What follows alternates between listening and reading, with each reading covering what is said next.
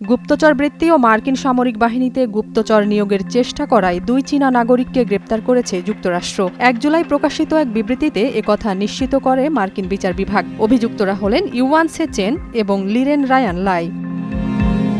আল জাজিরার খবরে জানা যায়, অভিযুক্তরা চীনের গোয়েন্দা সংস্থা MSS-এর হয়ে কাজ করছিল। তারা বিভিন্ন মার্কিন গুরুত্বপূর্ণ জাতীয় নিরাপত্তা সম্পর্কিত তথ্য পাচার, মার্কিন নৌঘাঁটির তথ্য সংগ্রহ এবং অর্থের বিনিময়ে এজেন্ট নিয়োগের চেষ্টা করছিল।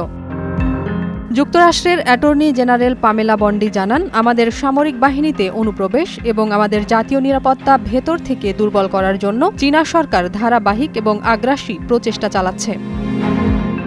মার্কিন তদন্তকারী সংস্থা FBI এর সূত্র মতে, লাই MSS-এর একটি নেটওয়ার্কের সদস্য। এই নেটওয়ার্ক সহজে চীন ও যুক্তরাষ্ট্রের মধ্যে যাতায়াতের ব্যবস্থা করে, যাতে গোপন অভিযান পরিচালনা করা সহজ হয়।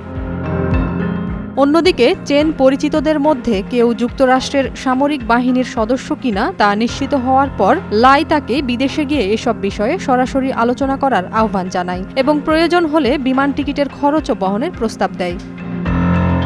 তদন্তকারী সংস্থার দাবি, এরপর তারা MSS-এর এজেন্টদের সঙ্গে সাক্ষাৎ করেন। ২০২২ সালে তারা মার্কিন অঙ্গরাজ্য ক্যালিফোর্নিয়ার একটি লকারে $১০,০০০ নগদ অর্থ রেখে আসেন, যা তথ্য সংগ্রহের বিনিময়ে অন্যদের দেওয়ার জন্য রাখা হয়। এর পরের বছরগুলোতে চেন নৌবাহিনী সম্পর্কিত বিভিন্ন তথ্য সংগ্রহ করে লাইকে পাঠান এবং সরাসরি MSS-এর সঙ্গে নিয়োগ সংক্রান্ত আলোচনা চালিয়ে যান বলে প্রমাণ পাওয়া যায়। এসব তথ্যের মধ্যে নৌবাহিনীর কর্মীদের ব্যক্তিগত তথ্যও ছিল।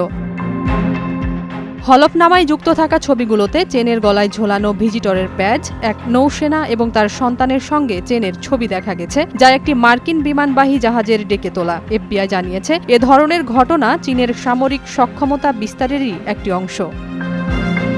এদিকে তদন্তে উঠে আসে, চীন তাদের নৌবাহিনীর আধুনিকায়নে দক্ষিণ চীন সাগরে আধিপত্য প্রতিষ্ঠার লক্ষ্যে ব্লু ওয়াটার নেভাল ক্যাপাবিলিটি অর্জনের চেষ্টা চালাচ্ছে। এটি মূলত সমুদ্রপথে দীর্ঘ পথ পাড়ি দেওয়ার সক্ষমতাকে বোঝায়, যা শুধু উপকূলীয় এলাকায় সীমাবদ্ধ নয়।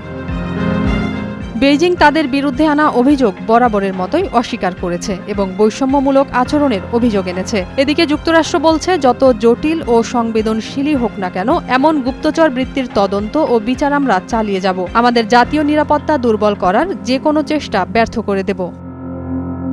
নাজিয়াত রুনা, নয়া দিগন্ত।